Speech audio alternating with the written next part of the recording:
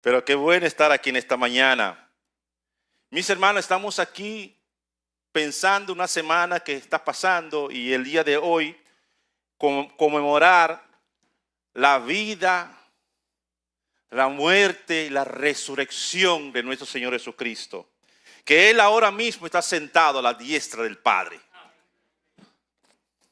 Imagínense, mis hermanos, en esta mañana, alguien te acerca y te dice: yo te puedo demostrar que Cristo no resucitó.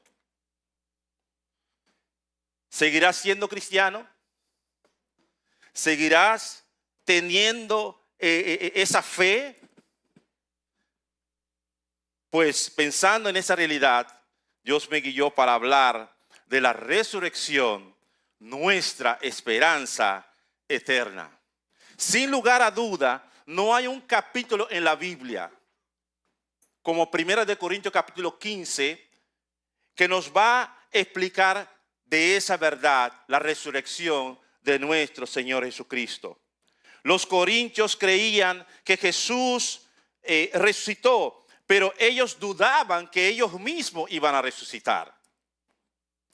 Pablo dice: si no hay resurrección de muertos, entonces Cristo tampoco resucitó. Pablo le hace ver que una cosa depende de la otra. Si no hay resurrección de muertos, entonces Cristo tampoco resucitó. De eso vamos a hablar en esta mañana. Mis hermanos, si Cristo no resucitó, el cristianismo no tiene ningún sentido. Este relato es el relato más importante, más fundamental de toda la Escritura. La resurrección de nuestro Señor Jesucristo.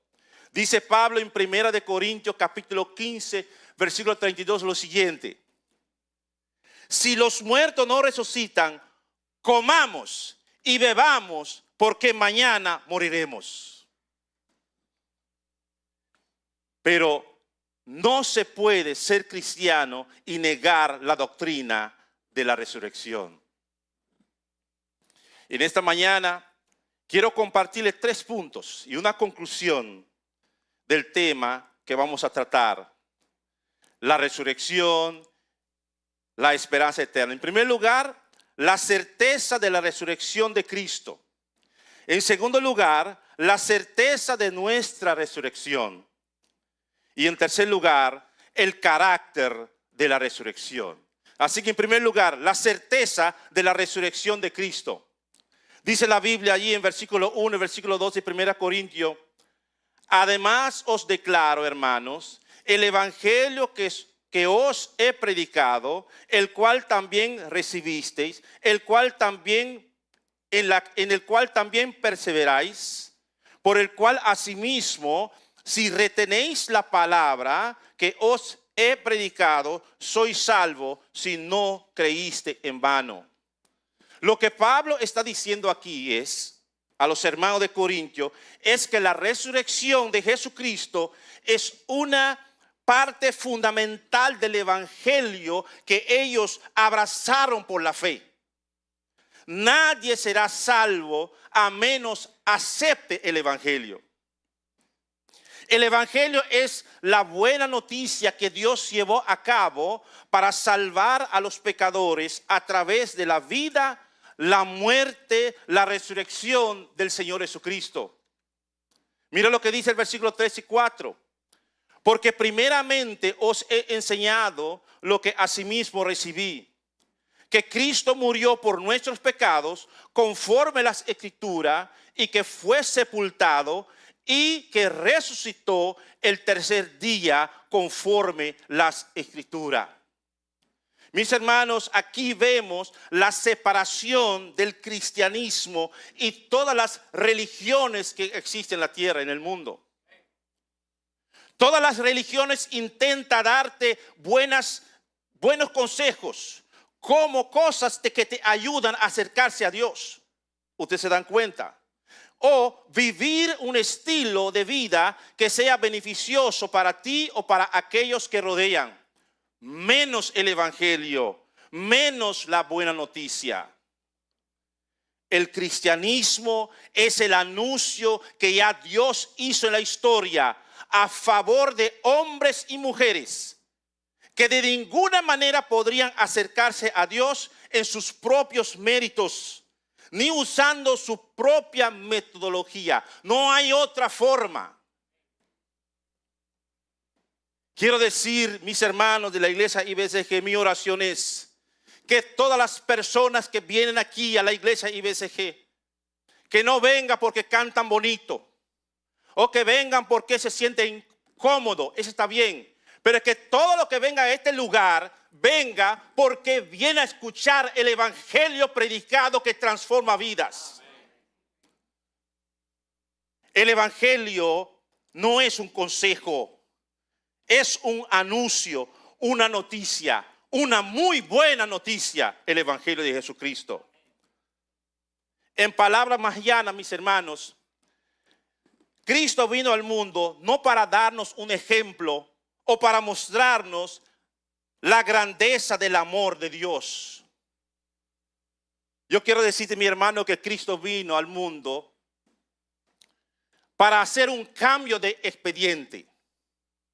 Un cambio de expediente. Es como si un juez en un juicio tomará mi expediente lleno de delitos y lo borrará y pusiera en su lugar el expediente perfecto de Cristo.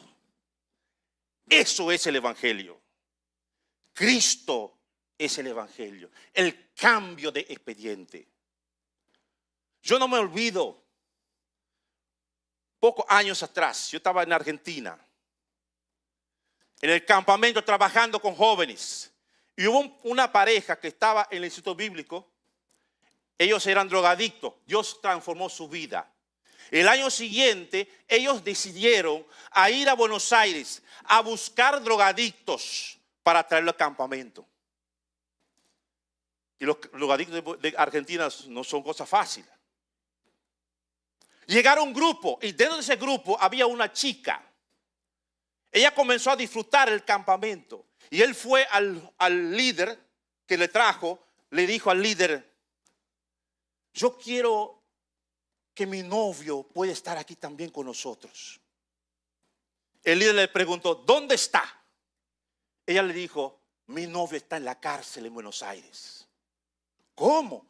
Yo lo voy a buscar. El hombre le dijo, la chica dijo: no, tú no puedes, él está en la cárcel. Yo voy a buscarla. Ese hombre salió a Buenos Aires, llegó a la cárcel, encontró con las guardias, las policías, y él dijo a ellos: yo vengo a buscar a ese muchacho porque yo lo quiero llevar al campamento. Ellos dijeron que no. ¿Quién tú eres para hacer eso? ¿Quién tú eres para tener esa autoridad? Yo lo quiero llevar. No, señor, tú no puedes llevar. Mira lo que vamos a hacer. Yo me quedo en la cárcel y él se va a campamento. Y así fue. Un cambio. No te cuento la historia cómo Dios transformó la vida de ese muchacho. Cristo tomó nuestro pecado y él entregó a nosotros su justicia. Es el cambio que hizo. El justo murió por los injustos para llevarnos a Dios, dice 1 de Pedro capítulo 3, versículo 18. Pablo dice en versículo 2 que los corintios debían retener el contenido de este mensaje para que sean salvos, si no creyeron en vano. Nadie puede llegar a ser cristiano a menos que lleguen a abrazar el evangelio que Cristo hizo por nosotros en la cruz, derramando su sangre y morir en nuestro lugar. No hay otra forma, mis hermanos. Entonces ahora Pablo va a demostrar que la resurrección es un hecho incuestionable en la historia.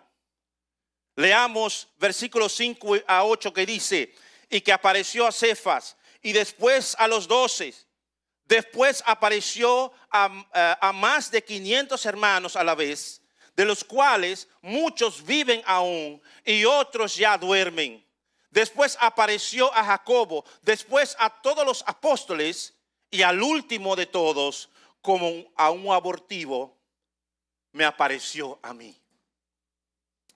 Sabes, en cualquier juicio, los testigos oculares son de suma importancia, ¿no es verdad? Testimonio de personas que son íntegras, que pueden colaborar en la veracidad del hecho. En este caso, más que son personas totalmente dispuestas a entregar sus vidas por lo que iban a decir, para poder mantener los hechos que son reales y verdaderas. Añadiendo a esto, los opositores, los que no creían que Cristo resucitó, no encontraron el cadáver tampoco. La tumba vacía, siendo custodiado por los soldados. Entonces no habría ninguna duda que en ese tribunal, a favor de ese hecho histórico, que Cristo ha resucitado de la tumba. Mis hermanos, Cristo Jesús vive hoy y Él es nuestra esperanza eterna. No está en la tumba, Él vive hoy. Y si vamos a ese tribunal, transportarnos a ese tribunal y llamamos a los testigos, el primer testigo que Pablo llama es Cefas, que es el apóstol Pedro. Mira, mis hermanos y amigos que están aquí, quiero decirles que no hay una explicación lógica para explicar el cambio trascendental que ocurrió en la vida de Pedro. Pedro, en los últimos capítulos de los evangelios, encontramos a un Pedro lleno de miedo. Un Pedro que negó al Señor. Un Pedro que volvió a los negocios de pesca. Un Pedro que cuando Jesús murió pensó que ya terminó todo. Pero cuando vamos al libro de los Hechos, encontramos a un Pedro, un hombre lleno de coraje, un hombre lleno de convicción, un hombre de poder proclamando el evangelio. La pregunta es, ¿qué pasó con Pedro? Pedro vio a Cristo resucitado. Ese le cambió la vida. No solamente Pedro le pareció a Pedro, sino dice a los 12, apareció a 500 hermanos. Y dice que apareció a Jacobo. Jacobo era el medio hermano de Jesús. Y dice en Juan capítulo 7, versículo 5, porque ni aun sus hermanos creían en él. Pero en Hechos capítulo 1, versículo 4 dice que Jacobo estaba junto con ellos en Jerusalén cuando Jesús resucitó. ¿Por qué?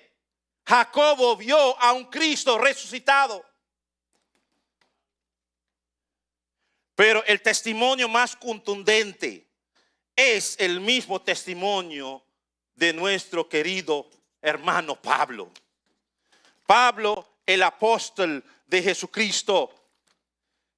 En los primeros años, él persiguió la iglesia. El versículo 8 dice, y al último de todos, como un abortivo, me apareció a mí.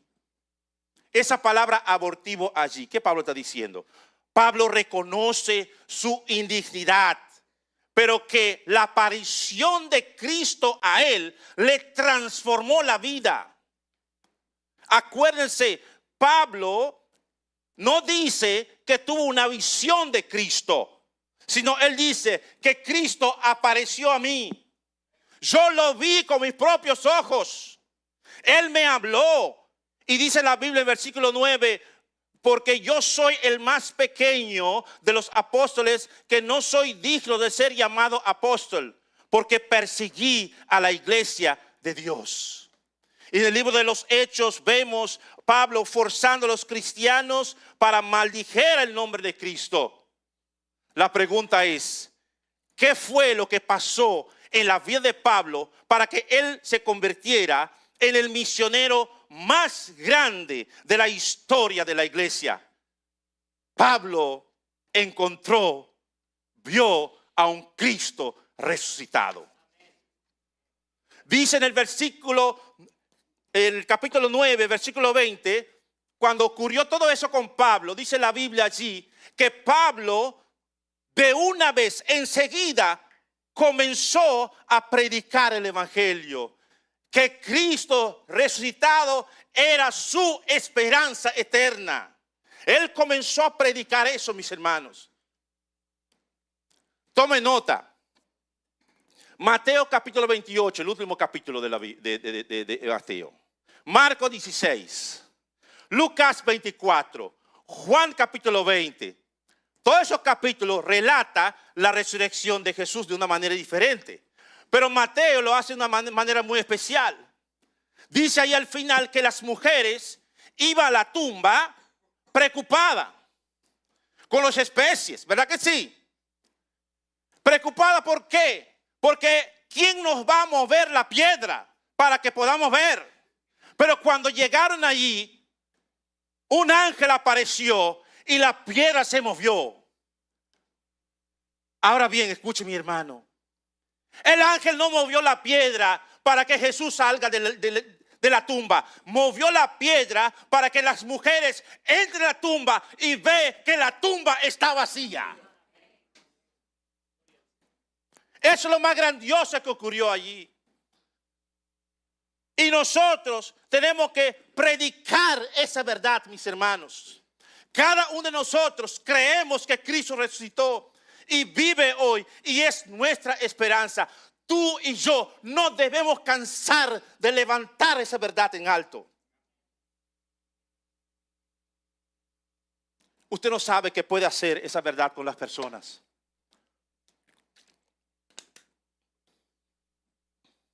¿Ustedes ven eso aquí? El año 2010. Es un cubo, algunos que lo conocen, un cubo evangelístico que tú lo usas para hablar con la gente, para mostrarle lo que tú estás diciendo. Yo estaba en Curazao. Mi papá tenía 90 años en el asilo de ancianos. Yo dije, ahora me toca a mí hablar con él, porque él no nos trató muy bien, pero ahora me tiene que escuchar. Yo me acuerdo, estaba en su cama, yo sentado enfrente de él cara a cara y le explicaba el evangelio para que vea lo que estoy diciendo. Y detrás de mí había otra cama con un señor acostado ahí. Creo que la misma edad más o menos, pero no sé quién es. Pero yo vine a hablar con mi papá. Yo expliqué a mi papá el evangelio.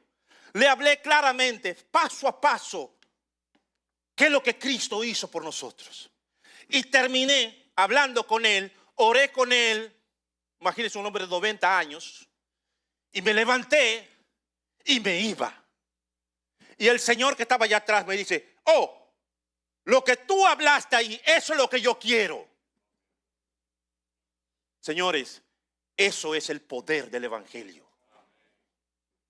Tenemos que predicar la palabra, porque el evangelio transforma vida y traiga cambio. Mis hermanos, tenemos que vivirla, modelarla, predicarla cada día de nuestra vida. Yo me acuerdo unos años atrás, ustedes saben, el asunto de las leyes para evitar el aborto, matrimonio del mismo sexo. Uno no cree en eso, ¿verdad que sí? Nosotros paramos y defendemos esas cosas, que no creemos eso. Hubo una marcha, muy bien. Nosotros hoy día usamos las redes para hablar con la gente, mandar mensajes, muy bien. Pero quiero decir, iglesias, nosotros como hijo e hija de Dios debemos comprometernos como hijo e hija de Dios, que hemos creído que Cristo resucitó y nos dio esperanza eterna para salir allá afuera, abrir nuestra boca y predicar esa verdad. Debemos hacer eso y Cristo va a cambiar la vida de las personas. ¿Saben qué, mis hermanos? Hechos capítulo 4, usted se acuerda la historia. A Pablo, a Pedro y Juan le querían hacer callar. En el capítulo 5 querían hacer los apóstoles callar la boca de predicar el Cristo resucitado. Pero ¿qué pasó allí en esos capítulos? Ellos dijeron, ustedes van a querer que nosotros obedezcamos a ustedes y no obedecer a Dios. nosotros vamos a seguir predicando el evangelio. Y eso es lo que tenemos que hacer. Abrir nuestra boca, no callar y predicar esa verdad. Porque somos miembros del cuerpo de la iglesia de Cristo. Señores, no somos miembros de CIA ni de FBI. Son secretos, ¿verdad que sí? Hay muchos cristianos secretos. Nosotros somos embajadores de un Cristo resucitado. Y debemos vivir como tal. Usted que nos está visitando, ¿has puesto tu fe en ese Cristo que vive? ¿O tú vives solo siguiendo una religión de ideas? Mis hermanos, si Cristo vive, entonces podemos enfrentar cualquier temor con la seguridad de que Él está con nosotros. Mateo 28 dice, estará con ustedes hasta la semana que viene, hasta el fin del mundo. Él estará con nosotros. Hemos visto que la resurrección de Cristo es un hecho histórico, irrefutable.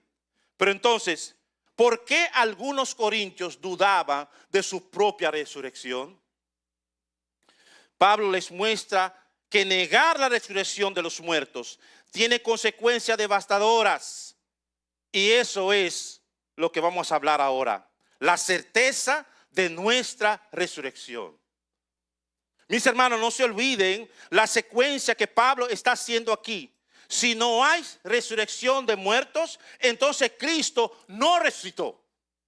Y si Cristo no resucitó, entonces vamos a tener que llegar a unas conclusiones que no son fáciles. Versículo 12 dice, pero si se predica de Cristo que resucitó de los muertos, ¿cómo dicen algunos entre vosotros que no hay resurrección de muertos? Porque si no hay resurrección de muertos, tampoco Cristo resucitó. Entonces, ¿qué son las implicaciones si negáramos la resurrección de Cristo? Primero, que la predicación del evangelio no tiene ningún valor. Si yo negara la resurrección, la predicación no tiene valor. Tampoco si creamos en ese evangelio no tiene ningún sentido. Versículo 14 dice, y si Cristo no resucitó, vana es entonces nuestra predicación, vana es también vuestra fe. Hermanos, si Cristo no resucitó, todo lo que estamos aquí, estamos perdiendo nuestro tiempo. Estamos en nada.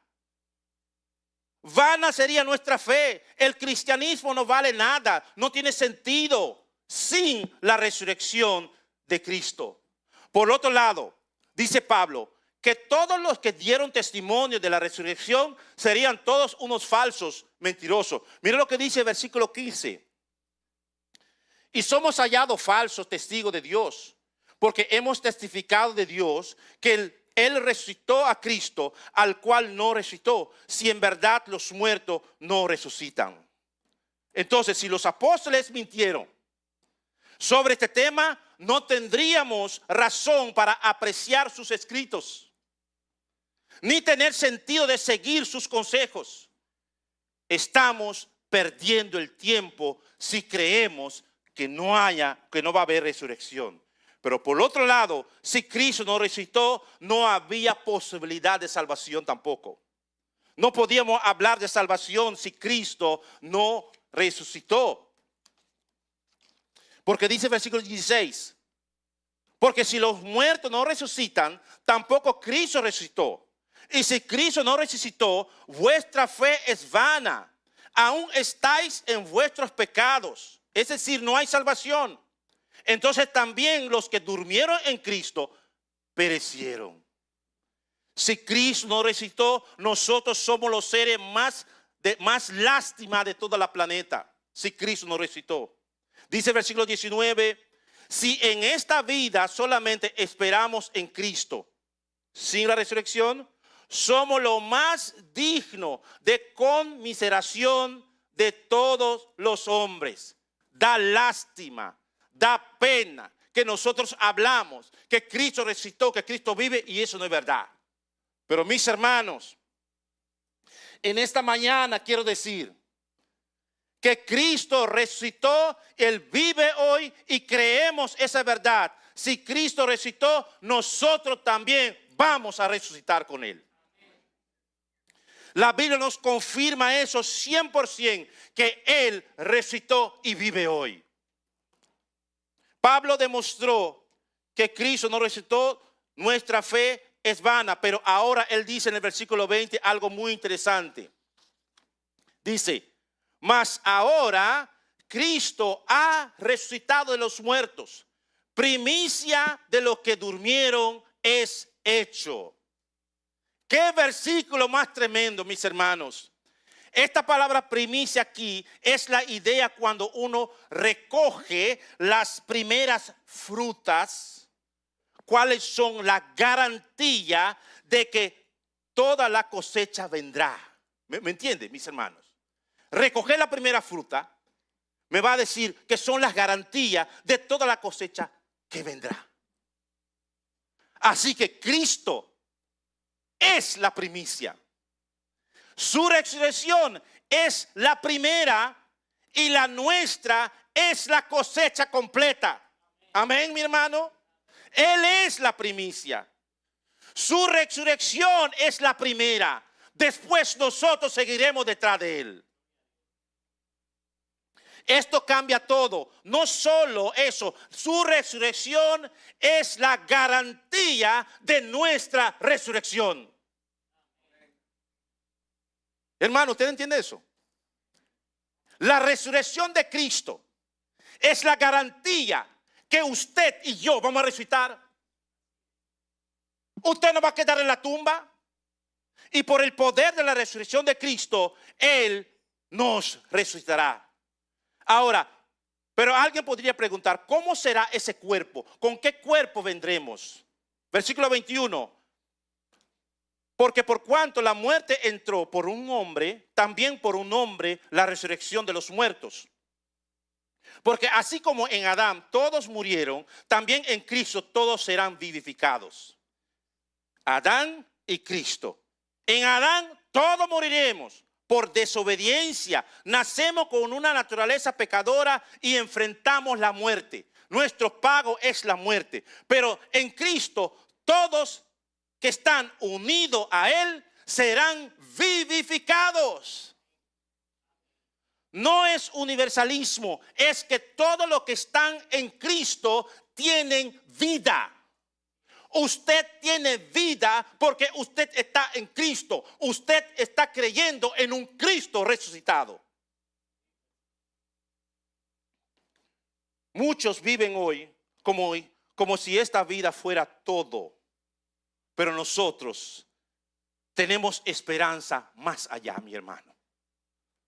Pregunta, ¿vives como si esta vida fuera lo único que importa? ¿O tu esperanza está puesta en la resurrección? ¿En dónde está tu esperanza? ¿En la resurrección o en las cosas que están alrededor? En esta mañana, si hay algunos que están sufriendo, quiero que sepas el dolor, la enfermedad, la muerte de un ser querido no tiene la última palabra. Escúcheme bien, Cristo es la primicia y nosotros lo seguiremos. No importa lo que tú estás pasando, acuérdate que tú eres un hijo de Dios, Cristo es la primicia y le vamos a seguir. En tercer lugar, Pablo nos va a responder en los versículos finales el carácter de la resurrección. Y Pablo utiliza la semilla para ilustrar cómo será nuestro cuerpo resucitado. Dice la Biblia en versículo 35, pero dirá alguno, ¿cómo resucitarán los muertos? ¿Con qué cuerpo vendrán? Necio, lo que tú siembras no se vivifica sino muere antes. Y lo que siembras no es el del cuerpo que ha de salir, sino el grano desnudo, ya sea de trigo o de otro grano. En otra palabra, mis hermanos, la semilla no fructificará a menos que se muera. Si tú has sembrado un árbol, debes dar cuenta que la semilla debe podrirse en la tierra para que salga vida. Su podridumbre en la tierra da paso a un árbol grande y ya va a dar muchos frutos. Pero lo mismo ocurrirá con los cuerpos de los creyentes. Dice el versículo 42, así también es la resurrección de los muertos. Se siembra en corrupción, resucitará en incorrupción. Nuestros cuerpos son como la semilla, mis hermanos. Dice Pablo, no para quedar debajo de la tierra, sino para ser levantado, para ser totalmente superior. Totalmente superior va a estar. Quiero decirte que vas a salir con tu propio cuerpo. ¿Me escuchó? Vas a salir con tu propio cuerpo, te lo digo, porque si por ahí tú esperabas otra cosa. Tú vas a salir con tu mismo cuerpo, pero transformado, mi hermano. Vamos a conservar nuestra identidad en la resurrección. Seremos nosotros mismos, pero transformados. Pablo dice que el cuerpo se siembra en corrupción, deshonra y debilidad. Todo lo que envejece, toda cicatriz, toda enfermedad, toda limitación que ahora nos duele, será transformada.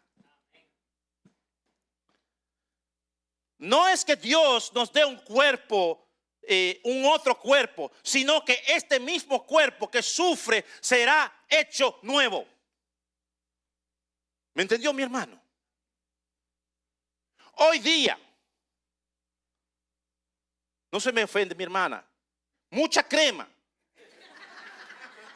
para cambiar de muchas cosas, cirugía de todo tipo, cosa que duele, pero nuestro Cristo resucitado nos transformará para siempre y nunca más va a haber marcas.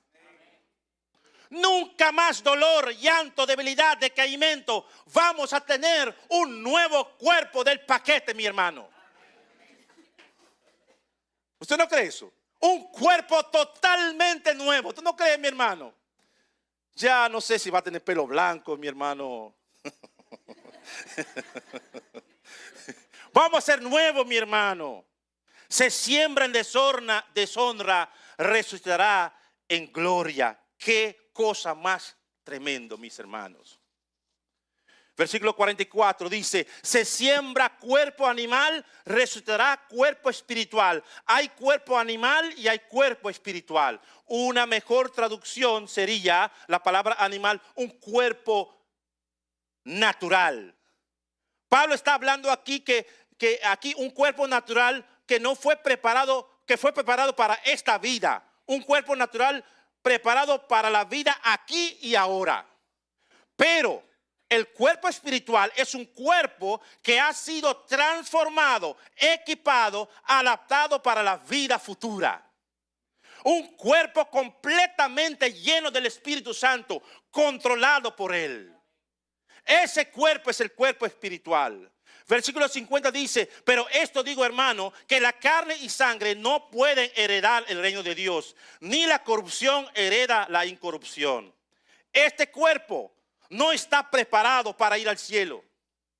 Pablo no está diciendo que este cuerpo es malo, sino que este cuerpo en su estado actual no está preparado para el cielo. Por eso necesitamos una transformación radical y eso ocurrirá en un instante. Dice el versículo 51, he aquí os digo un misterio.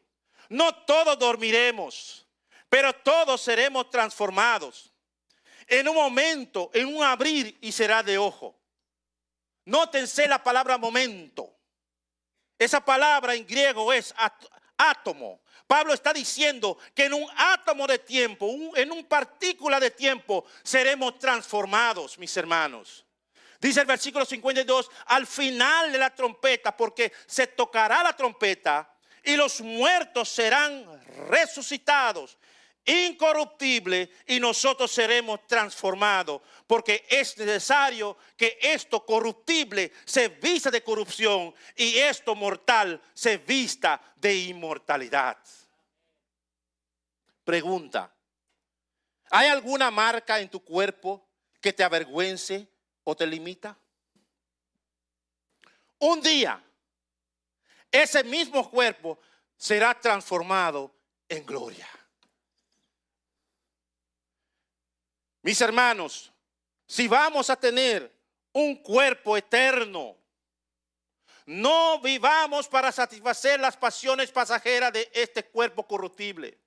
Repito, mi hermano, si vamos a tener un cuerpo eterno, no vivamos para satisfacer las pasiones pasajeras de este cuerpo corruptible. Vivamos para un Cristo resucitado, que es la esperanza eterna. Conclusión, mi hermano, el consuelo y el estímulo de la resurrección. ¿Cómo tú deberías vivir como un cristiano que crea todas esas cosas? Es que nosotros como cristianos, mis hermanos, podamos encarar el futuro con esperanza a pesar de la realidad de la muerte. Podemos encarar el futuro con esperanza a pesar que tenemos que enfrentar la muerte. Quiero leer los últimos pasajes que dice el versículo 53 en adelante, porque es necesario que esto corruptible se vista de incorrupción y esto mortal se vista de inmortalidad. Y cuando esto corruptible se haya vestido de incorrupción y esto mortal se haya vestido de inmortalidad, entonces se cumplirá la palabra que está escrita: sorbida es la muerte en victoria. ¿Dónde está, oh muerte, tu aguijón? ¿Dónde, oh sepulcro, tu victoria? Ya que el aguijón de la muerte es el pecado y el poder del pecado la ley. Mas gracias sean dadas a Dios, que nos da victoria por medio de nuestro Señor Jesucristo. Mis hermanos, ese día vamos a mirar cara a cara ese tirano, la muerte, que nos aterroriza. No sé qué vamos a hacer cuando salgamos de la tumba. Puede ser que vamos a alabar al Cristo, pero probablemente lo segundo que vamos a hacer aquel día que salgamos de nuestra tumba es mirar al cementerio y decirle con un grito de júbilo: ¿dónde está, oh muerte, tu aguijón? ¿Dónde, oh sepulcro, tu victoria? Ya no puede retener la tumba nuestra vida, mis hermanos. Eso pasó por la historia, porque vamos a vivir con Cristo para siempre. Hemos visto que Cristo resucitó y que su resurrección nos garantiza la resurrección nuestra, y que nuestros cuerpos serán totalmente transformadas. Totalmente transformadas, mis hermanos.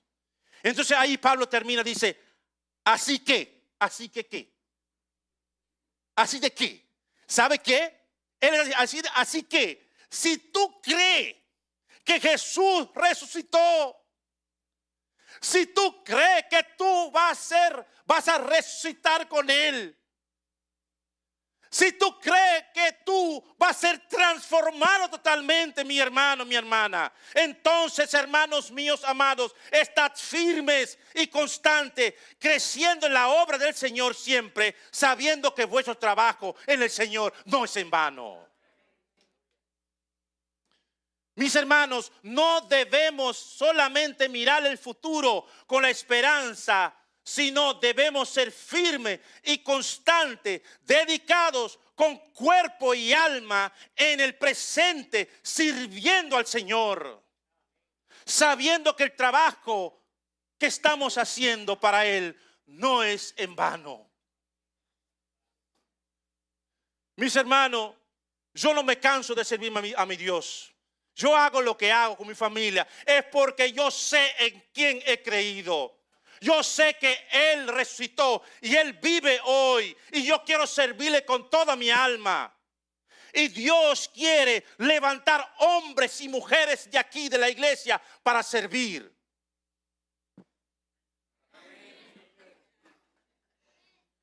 Va a haber 2 cultos, mi hermano. No hay que rogar para que sirvan. Tiene que venir, yo quiero, yo. Para que dicen, no, basta ya. Porque estamos sirviendo a un Cristo resucitado, que es nuestra esperanza. ¿Para qué tiene que rogar tanto para servir al Señor? Debemos estar dispuestos a servirle por lo que Él hizo por nosotros, mis hermanos. Mi amigo, si tú estás aquí y no has confiado en Cristo resucitado, hoy lo puedes hacer. Él murió por tus pecados. Resucitó para darte vida y vida en abundancia. No importa tu pasado, mi amigo. No importa. Así como transformó a Pedro, transformó a Jacobo. Él transformó a Pablo. Transformó a mí. Él puede transformarte a ti también. Como transformó a muchos que están aquí. El Cristo resucitado te puede transformar y darte vida y vida en abundancia. Y mis hermanos creyentes, vivamos con seguridad de que servimos a un Señor vivo, a un Cristo que resucitó, que nos da esperanza eterna. Sirvamos a Él para siempre hasta que Él regrese a buscarnos, llevarnos a hogar.